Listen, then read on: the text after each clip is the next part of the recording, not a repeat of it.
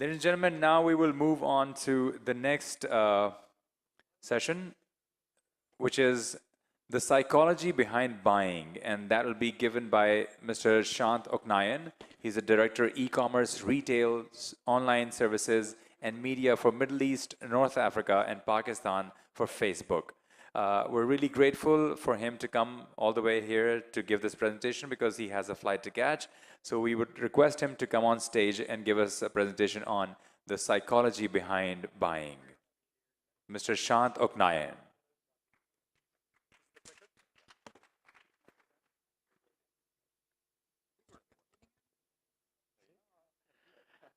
Hi, good afternoon. Whoa, it's a little loud. Okay, I'll have to whisper then. Good afternoon. How's everyone doing? Are the energy levels coming back up after lunch? Okay, let's see if I can help.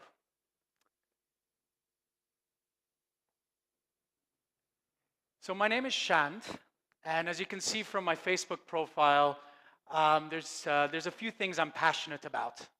Obviously, my family, my wife and daughter, you'll see a lot of posts about them on my Facebook. We've been in Dubai for about 10 years now, and I've seen the city really evolve. But the other thing I'm really passionate about is retail. And similar to a Facebook public profile, we at Facebook have an internal Facebook where we can share amongst each other things that we observe and that we see.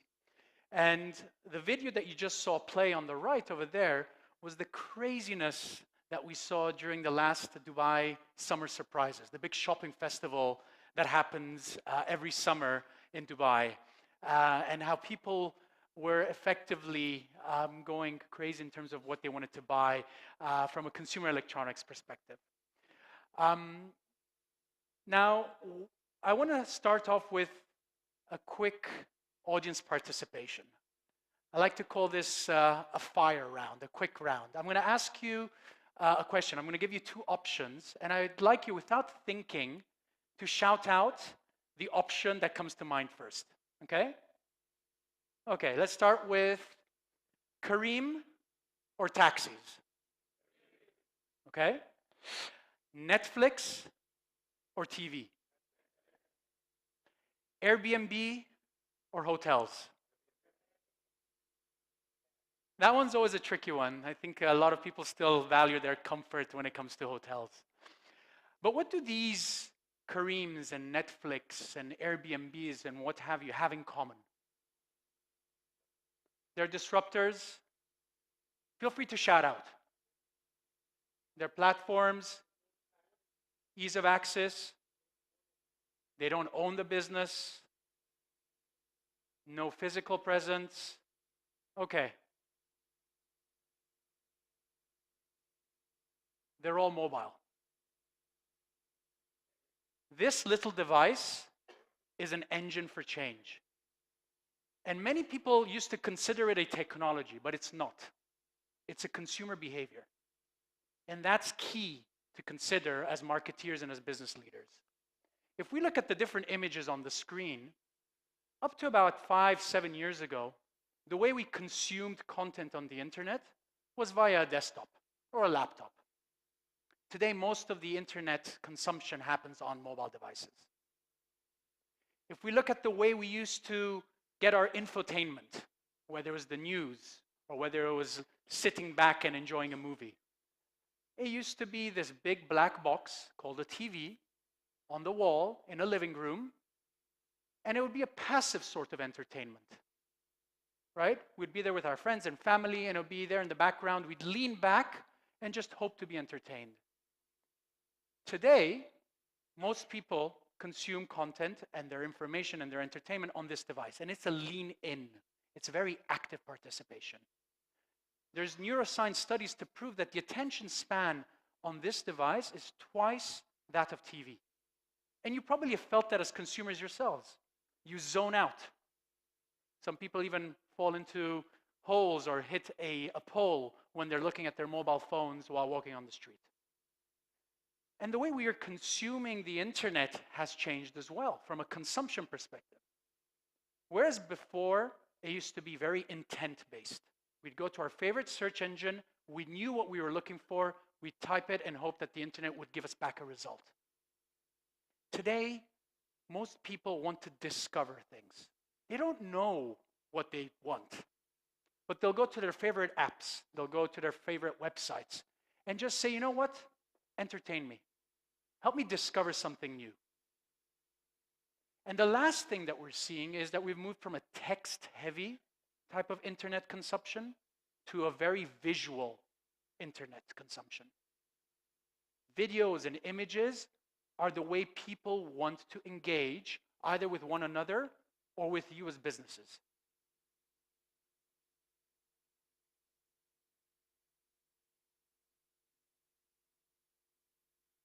And we're seeing that across multiple industries.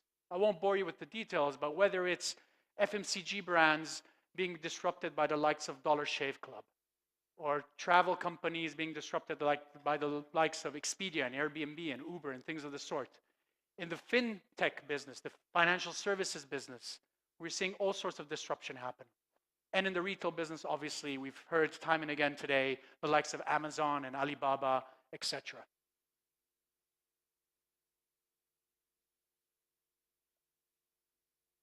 And if we consider how long it took for media like radio and TV to reach 50 million people, it took radio 38 years. It took TV 13 years. Anybody have any estimate how long it took mobile to reach 50 million people? 1 year? 5 years?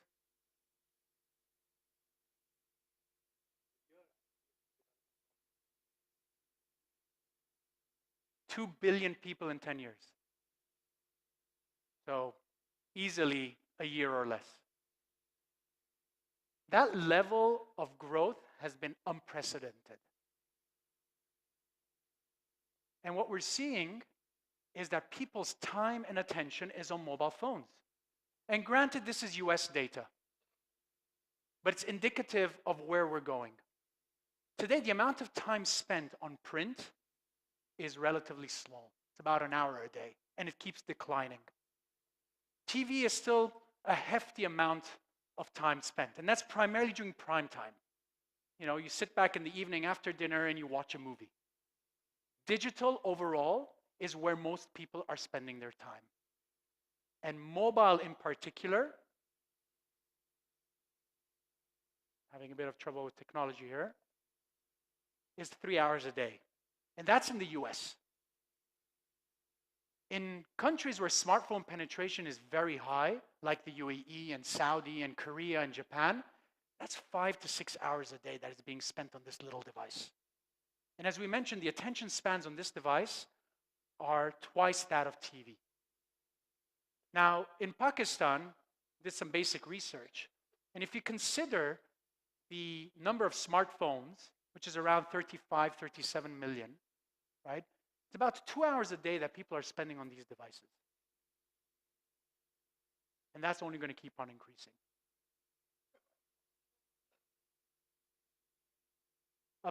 About 2 hours, yes. Again, this is third-party data that I've just looked into. It depends on the demographic. I'm talking about the average, right? What's that? Most probably. I guess we need to make it a little bit more engaging. And that's consistently throughout the day. So it's not just the amount of time being spent in one go. Throughout the day, if you look at the blue line versus the orange line, and this is for Saudi Arabia. Again, a third-party study that was conducted a few years ago. People are consistently spending more time on mobile phones than they are on TV. And mobile's creating new moments to reach people. We heard about the 0 moments of truth earlier today, right? Those micro moments. Mobile is creating more and more of these moments. People are accessing their phone while they're shopping, either because they're doing price comparisons or they're messaging their spouse in terms of what shall I buy. Maybe they're bored at checkout. And they're dual screening. Again, as we heard earlier today, while they're watching TV, they've got their mobile phones with them. I saw a funny meme the other day of 2 young people watching TV and they're like, oh, the ads on TV have come on. Why don't we check out what's playing on YouTube? And if we extrapolate the number of times we pick up our phones every day, and I'm sure you will experience this firsthand, that's about 150 to 200 times a day. So in a country like the UAE or in Saudi, where there's about 16 to 20, maybe 22 million smartphones, that's 3 billion moments a day that are being created for you as brands to be top of mind with your consumers. You can do the maths in terms of what that means for a country like Pakistan. We're talking big numbers. And when you have that many moments, when you're having to interact with that many people in any given time, you can't rely on your consumers looking out for you. You can't rely on them searching for you. Because on this little device, search is not the natural point of entry. It's cumbersome. It's a small screen. You don't want to be typing. What they want from you is personalized discovery. It's not a one-size-fits-all message. You can't say, I'm going to sell this good and I'm going to target everybody that is using a mobile phone above the age of 18 with the same message. That's not going to work. People want to discover things that are meaningful to them. And having that customer-centric marketing is exactly what makes or breaks a business these days. Now, mobile's playing a role not only, we'll see, in the e-commerce business, which is growing, but it also plays a substantial role in the physical stores business. And we'll see that later on. But let's start with mobile and e-commerce. We heard earlier before, it's not e-commerce anymore, it's m-commerce. And if we do a comparison, and again, this is US-based, but if we were to do a comparison on the number of site visits that happened during Black Friday, the biggest retail moment in the year, in 2015 versus 2016, in 2015, 30% of all traffic, all visits to websites was done via mobile phone. A year later, that had jumped to 50%. And if you look at the sales, 20% of those sales happened on mobile phones. A year later, that had jumped up to 30%. And these numbers just keep on increasing. In particular with the younger generation who are mobile first, and in some cases mobile only, those numbers are higher. Now, as I mentioned, it's not only when it comes to e-commerce, but when it comes to physical sales as well. We saw a stat earlier of how globally, about 90% of all sales happens in stores, and about 10% happens on e-commerce. So yes, e-commerce is growing, but the bread and butter of sales still happens in store. Okay? Here, the number we saw earlier was about $130 million in e-commerce sales on a $150 billion retail industry. That's 0.1% of overall spend. What about the other 99.9% of sales that are happening in store? The reality is digital plays a huge role in influencing store sales. About 60% of all store sales have had a digital touch point. Someone's interacted with your brand online in some shape or form. And of that 60%, more than half was on a mobile phone. And that's the mind shift that we're seeing with some of the bigger retailers in the US and in other countries. They're not thinking, oh, shall I drive store traffic, or oh, shall I sell online? They're like, regardless, I don't care what I'm selling, but I need to be where I can influence people's behavior. And that's on digital and that's on mobile.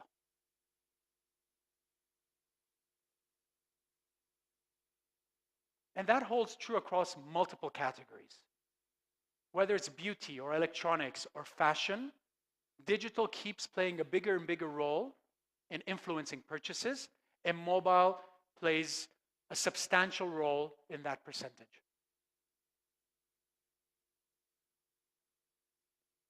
And product research in particular begins on mobile phones. 70% of people that we surveyed a few months ago said that they use their mobile phone as their primary device for discovering and researching products. Whether they end up buying online or in the store is not important. What you want to be doing is influencing their purchase decision when they're on their mobile phones. And millennials in particular love to do that. And whether it's millennials as a demographic or millennials as a lifestyle choice, it doesn't matter. The reality is they're researching on mobile phones, they're buying on mobile phones, a lot of them are downloading retail apps, and a lot of them prefer shopping on apps.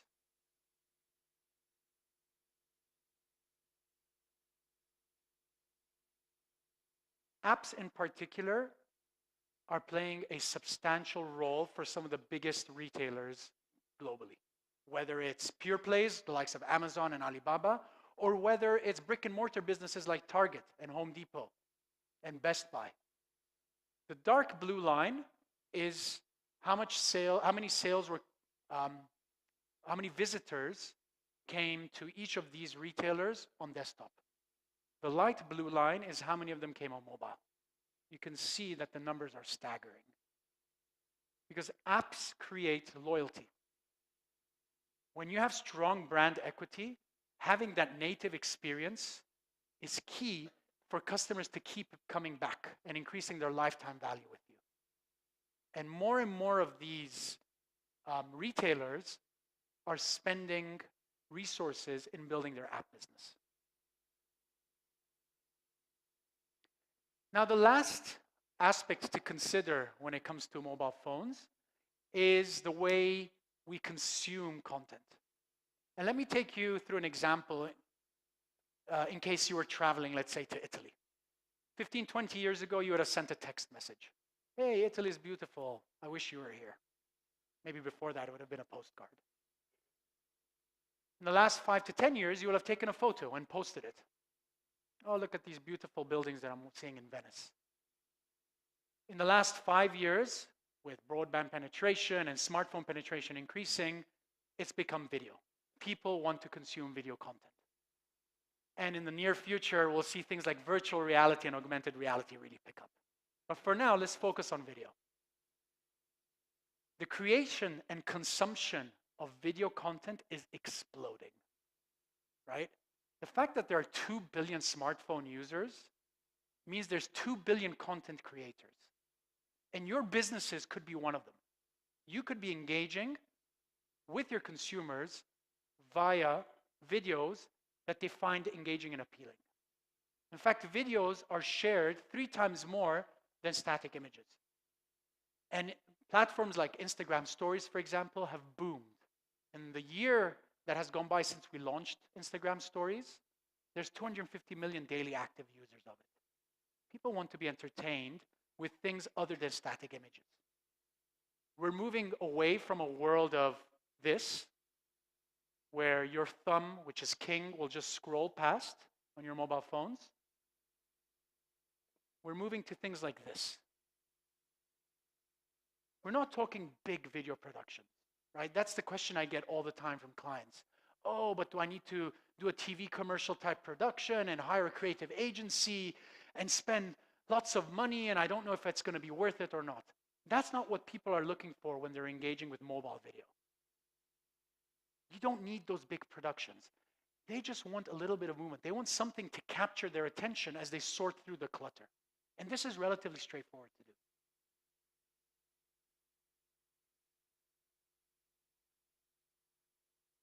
In fact, there's a big opportunity, particularly when it comes to merchandising and therefore influencing the decision behavior, to use video on mobile phones.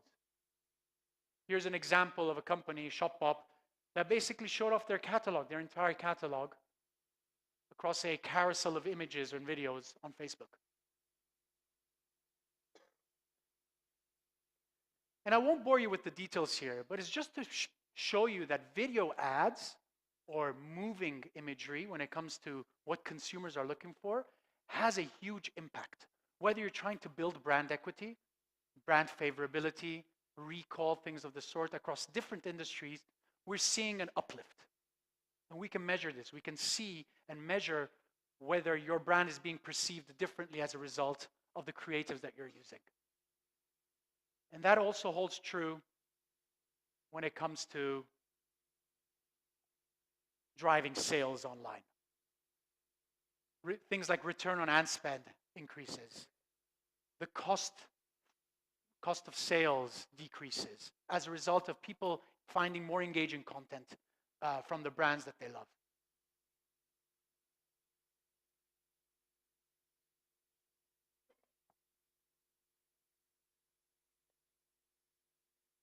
And I know this is a bold statement, but we really do consider Facebook to be the new storefront for retail. And I'll tell you why. Because the sheer numbers are humongous. If we look at the various platforms that Facebook has, there's 2 billion people that on a monthly basis access the Blue app, Facebook in itself. In Pakistan, that number's between 25 and 30 million and growing. And of that 25 to 30 million in Pakistan, over 95% is on mobile phones. Things like Instagram, a much more inspirational, aspirational platform, particularly if you're in the lifestyle business, fashion business, and things of the sort. 800 million monthly active users. And granted, those numbers are still picking up in Pakistan, but we've seen that boom in different parts of the world. And then we have the audience network. And for those of you who don't know, the audience network are the partnerships that Facebook has with different mobile sites and apps for you to be able to send your marketing message onto their sites as well. So you could be showing your ad on CNN or on a car app if you're an auto dealer and things of the sort. And you can reach over 1 billion people that way. And then we're seeing platforms like Messenger play an active role in the way businesses interact with consumers, whether it's for customer service, whether it's to make bookings and things of the sort. And today, over 20 million businesses, and that number keeps growing, exchange some sort of message with people every month. And there's so many different formats that you can use across the different marketing objectives you might have. If you're trying to create brand awareness, formats like video play a big role in reaching people. If you're trying to generate demand, you want people to actually get a feel of the products and services that you're offering. What you're seeing there is what we call a collection. It's a video that shows off different products and then very quickly shows you the products that were featured in that video, and you click and it takes you directly to the website if you have an e-commerce platform.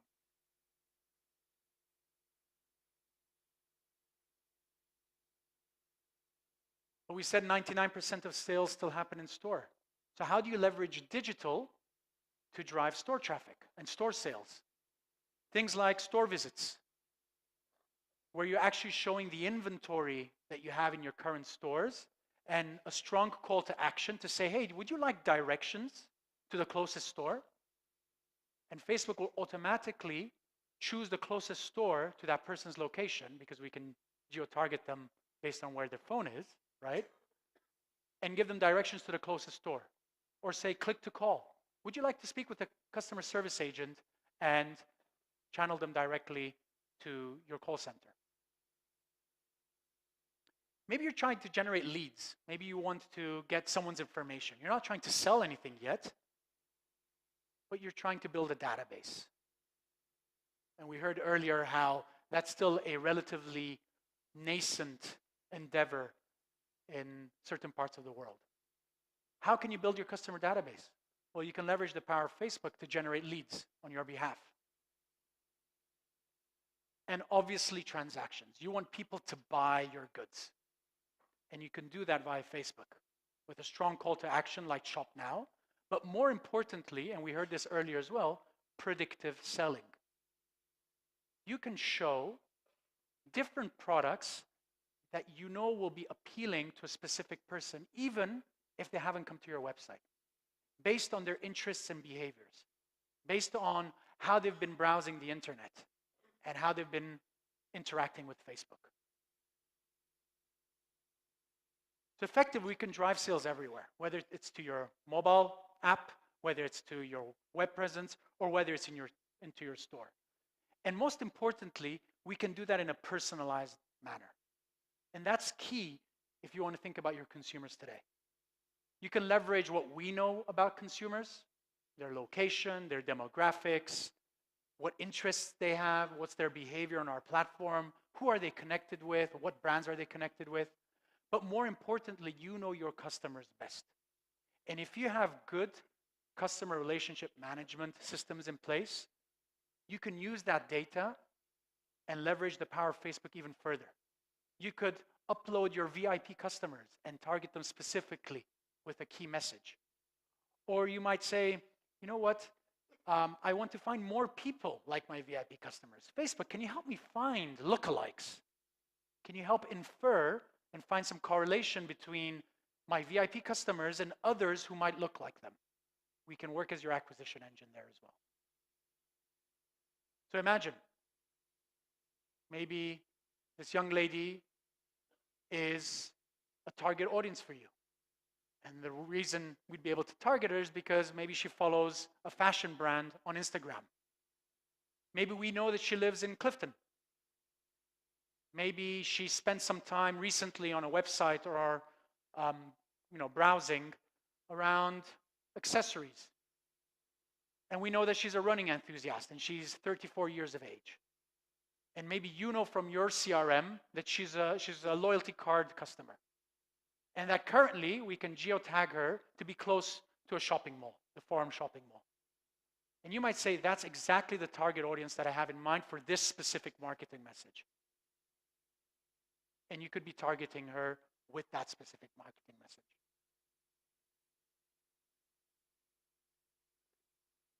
So we've seen that mobile is playing a much more important role in the way consumers behave and engage with brands. We've seen that mobile plays a huge role in driving e-commerce sales, but more importantly, physical store sales.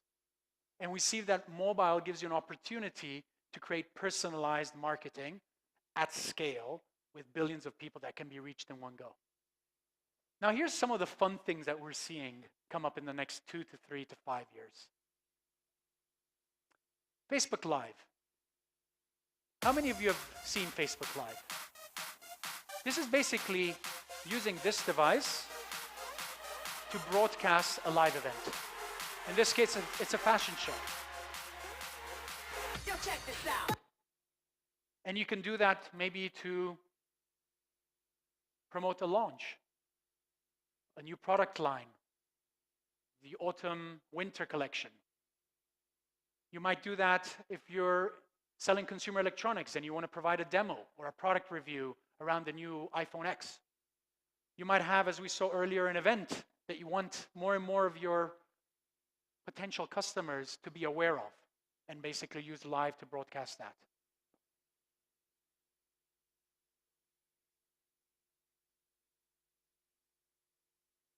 We spoke about Messenger a little bit, and we discussed earlier how things like MSN Messenger here play a big role, whether it's to connect with your friends and family primarily, but we're seeing businesses leverage this more and more. They're building what we call chatbots, right? Automated solutions whereby you can maybe interact with the customer as a CSR, a customer service representative, or more importantly, start showing off some of the products that you're selling and ask them questions. And based on the answers they provide, show them something different. Hey, what are you looking for? Dresses. Okay, here are the dresses that are in my collection. Which one do you like? She clicks on one. Okay, these are the 3 different colors that we have available. Yellow, red, blue. Which one is of interest to you? Yellow. Fantastic. Would you like to buy it on our e-commerce platform, or would you like to go to the closest store? Closest store. Here's directions for the closest store. And we're seeing this happen already with a lot of retailers. We're seeing it used for different things. Sephora used it recently for online bookings. As opposed to call someone to make a booking for a makeover, you can do that directly through the Messenger app. And what they saw is the barriers to entry were reduced. People didn't have to go through a long-winded process on a customer call center IVR. Click 0, click 1, click 2, etc. before they spoke to someone. they could do that on the go by interacting with a messenger bot. And then finally, virtual reality and augmented reality is really picking up, at least from a developer perspective. Next will be consumers actually seeing how this could be appealing to them, and typically then brands and businesses catch on. But here's an example of a use of Oculus, which is our virtual reality platform, that was announced earlier this year in our developer conference. Seems like we've lost the volume. Hey, sis. Hey, Jack. Are you all excited for our trip? Yeah, and look what I found. This is so cool. Is this the same spot we're going to? I hope so. And look, I think that's where we're taking the boat tour. Oh, I love it. Look, I'm going to go chat with Melissa, but you're setting up the party room, right? Yeah, I got it. Great. See you later, Jack. All right, see you later. Bye. Hey, girl. Guess what? What? I got the apartment. Wow, nice. Look at your balcony. I know, it's amazing. No roommates. I have it all planned out. The lucky blue couch. Yes. This table with this floor. Perfect. Jack keeps calling me. Can we talk later? Sure. Bye. So imagine in the near future, you're in the travel business and you want to sell a travel experience. And you could effectively engage with that potential customer and say, let me give you a virtual tour of where you're going. Or imagine you're selling furniture and someone's moving into their new place and they want to see what the furniture might look like in their place. Virtual reality might enable them to picture that a little bit better before they make the commitment. But these are things further down the line, right? Let's start by leveraging the fact that mobile phones are here and they're here to stay. That they are the shopping window for the world. And therefore, considering a mobile-first experience when you're speaking to your consumers is definitely something that should be top of mind. Thank you.